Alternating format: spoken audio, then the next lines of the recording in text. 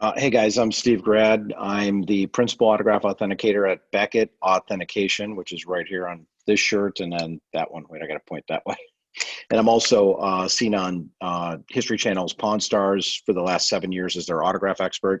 And just I put this behind me in my background. That's just a recent clip from a show that I was just did with Rick where we looked at some autographs.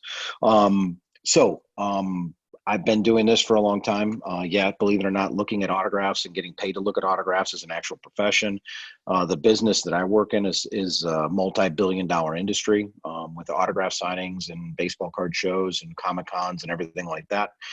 So it's a very interesting business. It's not well heard of. Some people say to me, "What do you mean you look at autographs?" Yeah, that's what I'm lucky enough to do. I started doing it professionally in 2002 with a company called Professional Sports Authenticator. In 2016, I moved over to Beckett Authentication, and that's where I'm at now. So it's a very enjoyable job. I get to travel all across the world and look at people's collections and autographs and do all kinds of cool shows and meet cool people. And I get to be on the TV show, which is a great experience for me. And if you guys haven't seen it, try and find it. It's a lot of fun doing it. I know it's in a lot of different countries as well. So I believe it's like 180, 190 different countries we're broadcast in. So if you get a chance to watch it, that's what I've been on for many years at probably 130 episodes, 140 episodes of the show.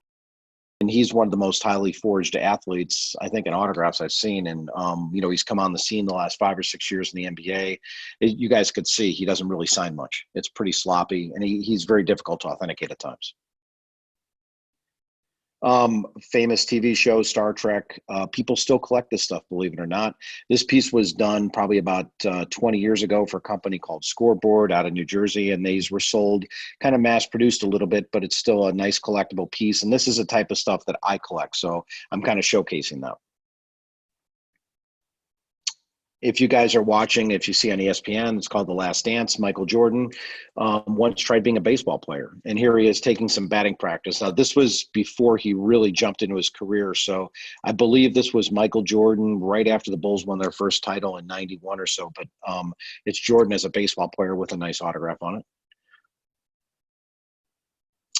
This is the type of stuff we see all the time in authentication. This is obviously valid. This is a famous movie Tombstone. And then if you look at the next one, Saving Private Ryan, also, both these pieces are from my collection and some great signatures on here. And, the thing is this is what's kind of changed the industry where I work in is people collect this stuff.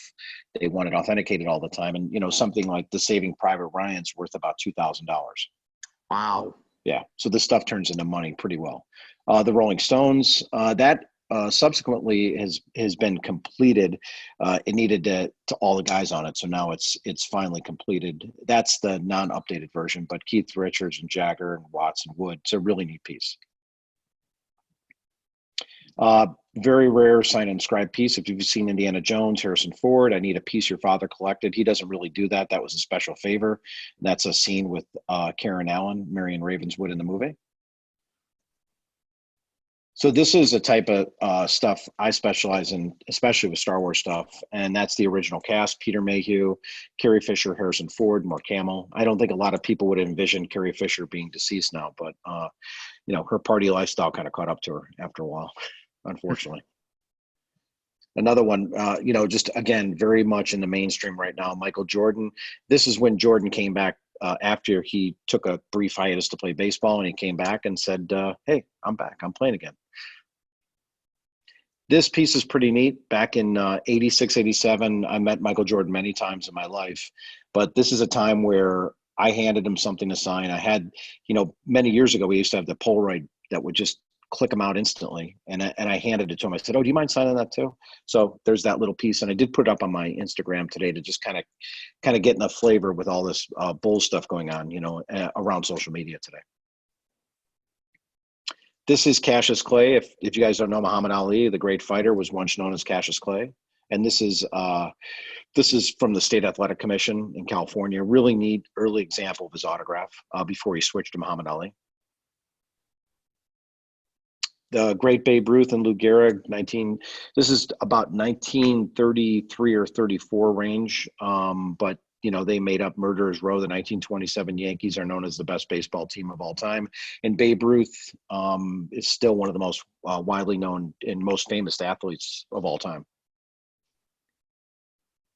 Roberto Clemente, who one of the all-time baseball greats, died 1972, taking supplies to Puerto Rico to help the country after a hurricane. It's a great signed piece of him. This is Marilyn Monroe. Did you guys know she was called Norma Jean Doherty before that? And that's an early contract of hers from 1947, right before she became very famous. Wow. That's cool. George Washington, signature of him, stuff like this goes for $10,000 to $15,000.